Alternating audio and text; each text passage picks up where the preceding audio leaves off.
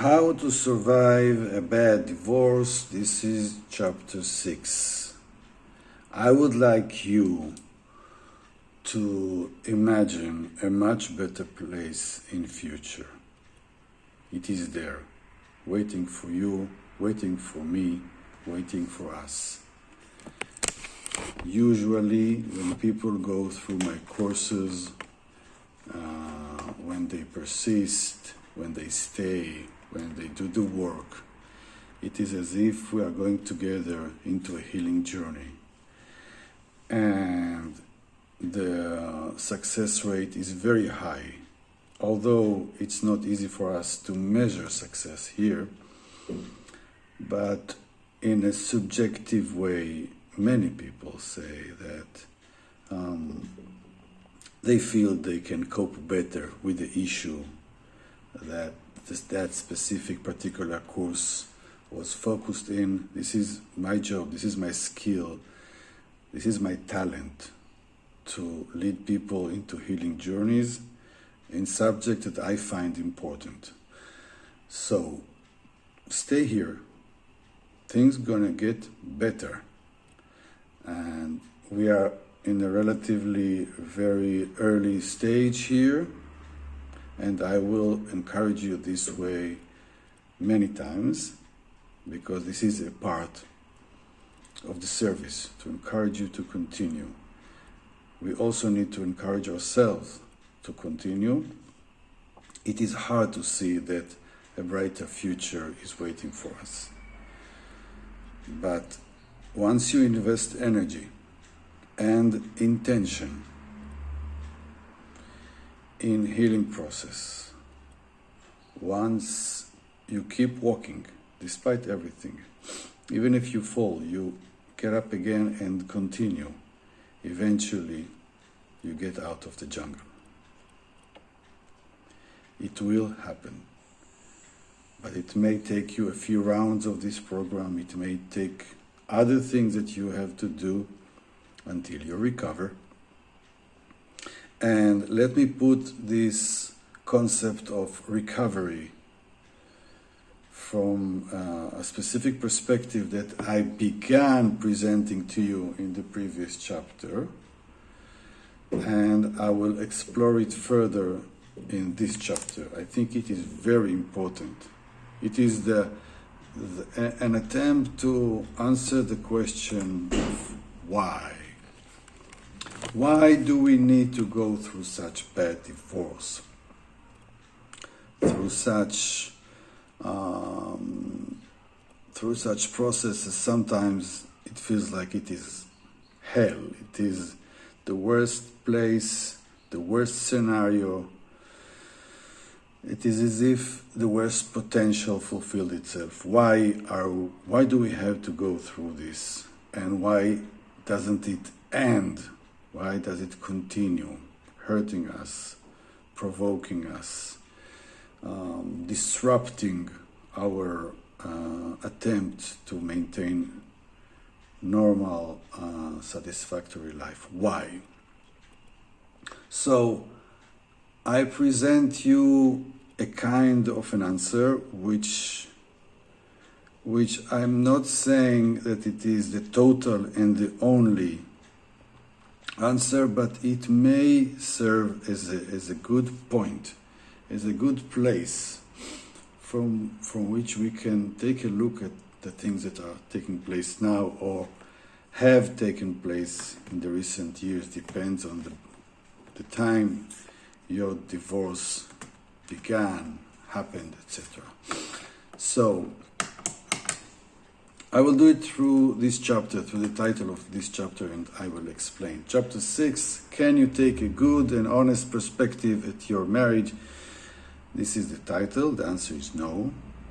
It is just my way to stimulate you by asking you questions, including questions that are a bit rhetoric and that you cannot give full answer to them, but the questions are required, because the questions take us into a journey inside, in which we travel inside our soul And in time, when we're ready, discover more and more details that give us the explanations we need for why we got here, why we need to go through this. So I'm asking again, can you take a good and honest perspective at your marriage? And I'm saying no, but I'm saying another thing. And this may be the answer. We may relate bad marriage into a time in which negative energy is slowly and gradually and constantly accumulate in your body and mind. You have to. I said about this a few things in the previous chapter, but now we're going to elaborate. It's very important because usually we deny it. Because when we want to survive marriage, especially bad marriage, we must deny many things that are taking place. It is as if we're getting blind. We have to. Because if we see all the problems, especially the problems that there is no way to solve them with this person, if we see them, there is no place for us to be in this marriage. Period. There is no way to bend this phenomenon. It is a fact. And this is the ground for what I will name now bad marriage. In a bad marriage, lots of problematic energy in the dynamics between the couple is stuck. I may say that this is the problem. Because problems and conflicts between two people who decide to form a family is mandatory. There's no way there won't be conflicts, there won't be arguments, there won't be tension. It's inevitable. It is even required, and it is even a kind of opportunity to grow together. But it can be an opportunity for growth and development only if there is a good enough route of emotional connection between the two in which they can process and express and do work with the conflicts they have. But if the basic of this partnership does not enable this, and even if they go to counseling, it doesn't work.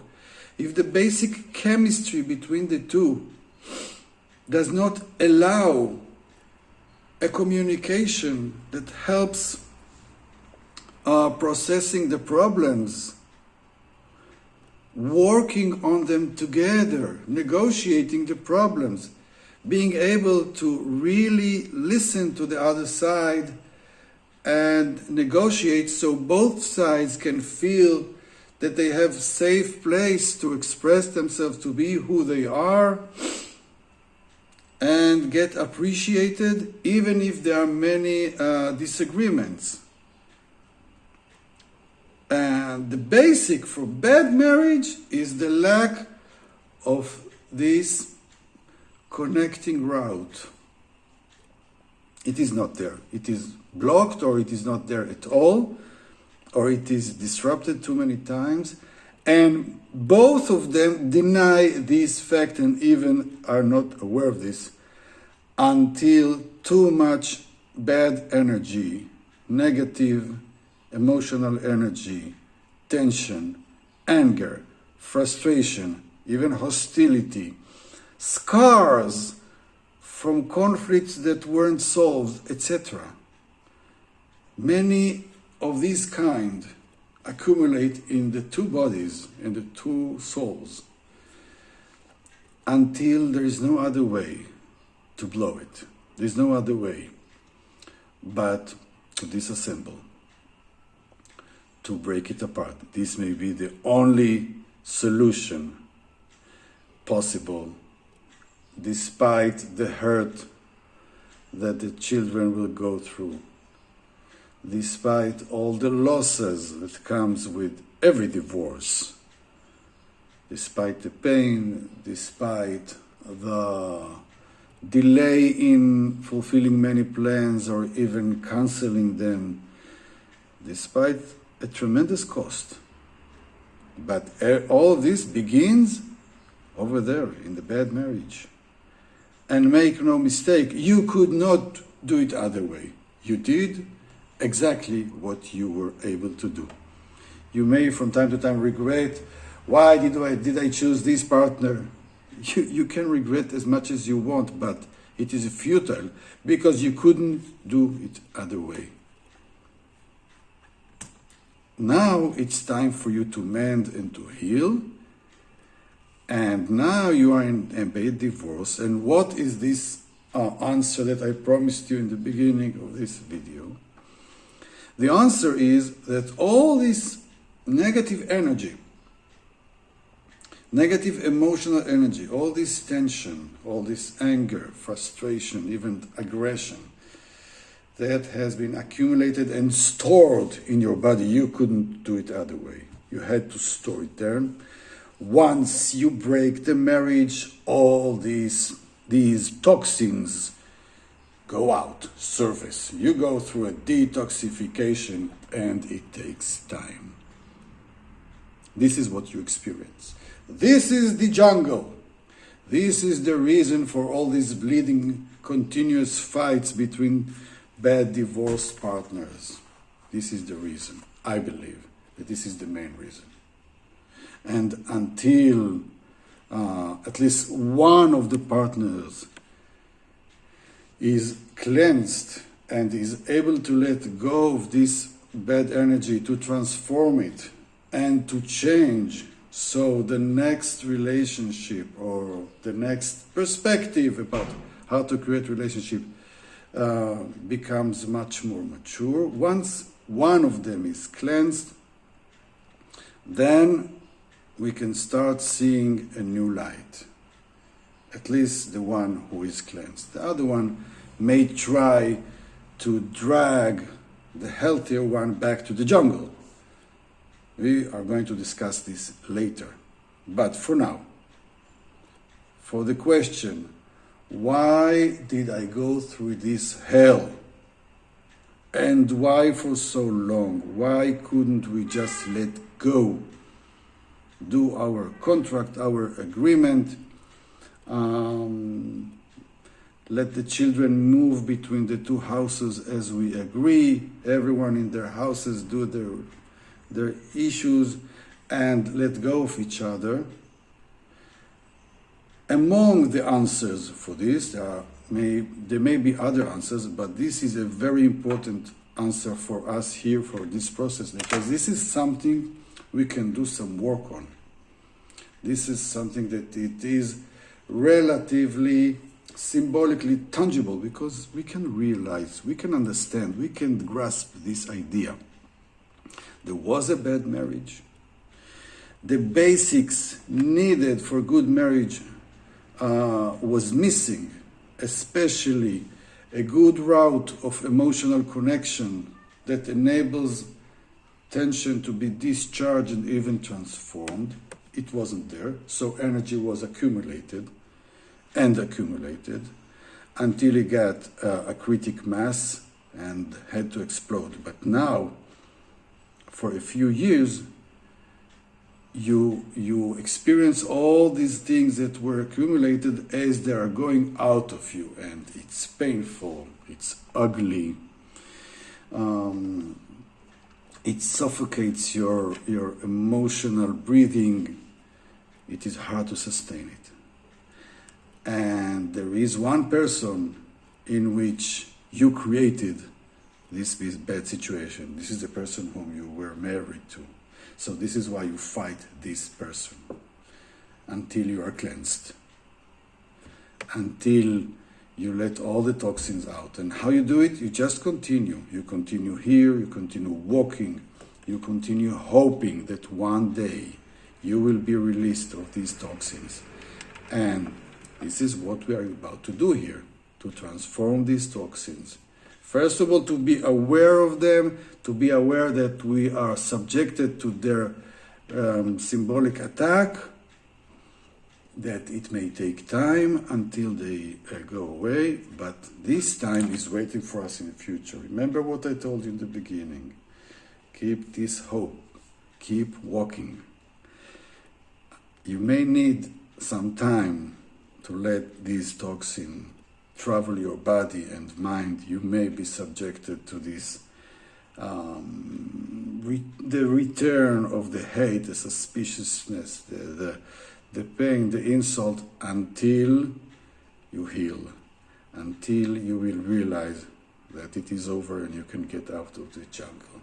So, to end this chapter, I'm asking you again, and you don't have to answer me. Can you take a good and honest perspective at your marriage? Honest perspective. No, you can't, but you can do your best.